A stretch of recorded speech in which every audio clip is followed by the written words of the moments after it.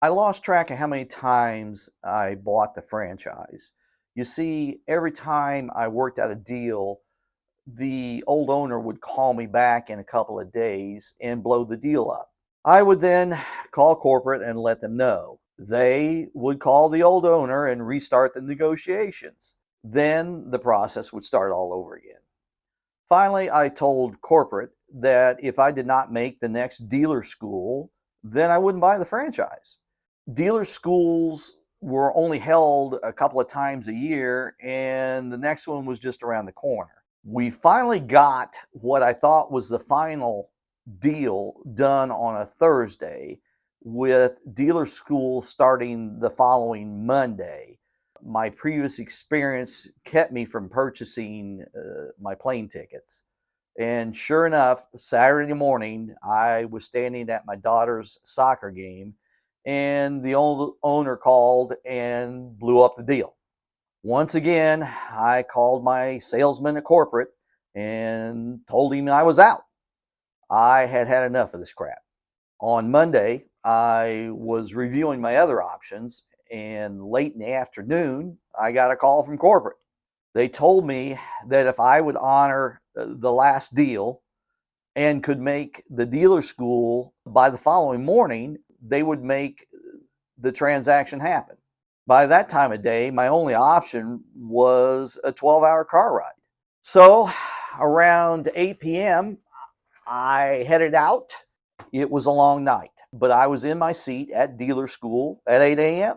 with yet another cup of coffee. School was interesting. Obviously, I had a lot to learn, and being that this was going to be my way to make my living, I paid attention and studied hard. I think I won practically every contest they had. As I look back on it, what is probably more amazing was the topics that they actually didn't cover in dealer school.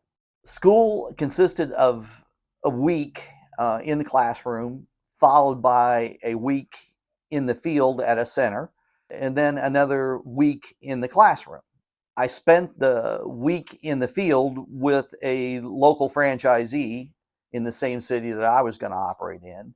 The thing that stands out the most was how much of that owner of that center uh, disliked customers and corporate. In fact, I was told by several of his employees that this owner would frequently urinate in the back seat of cars that were being towed out of his center to a competitor. Red flag, not to my naive, optimistic self. I won't tell you what he told me to tell corporate when I returned from my final week of classroom, but you could guess.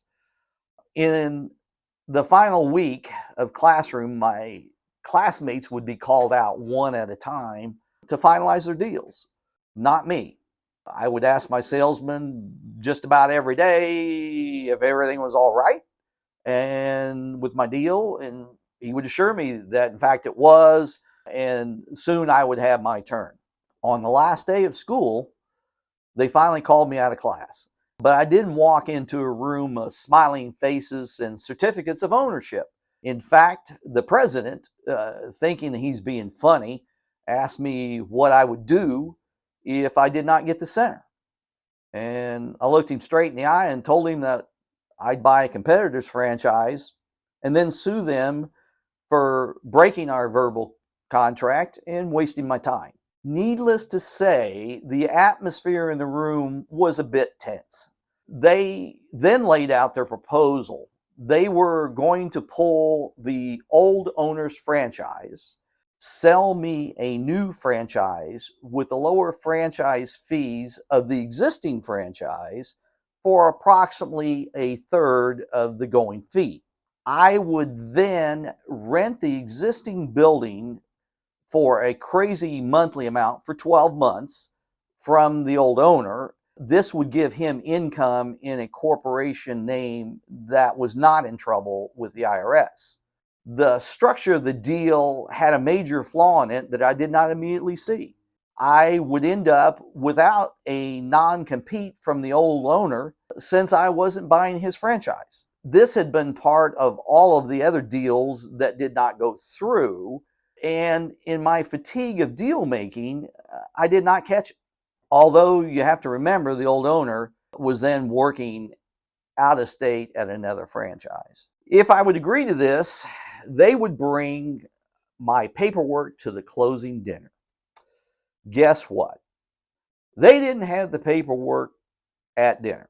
They assured me that this was just a clerical issue with the deal happening late in the day and it being on a Friday. But not to worry, they would overnight the paperwork to me the following Monday. I told them to be sure that they did not cash my check until they sent the completed paperwork. Of course, the paperwork did not show up until the end of next week, but it did show up and it was as they said it would be.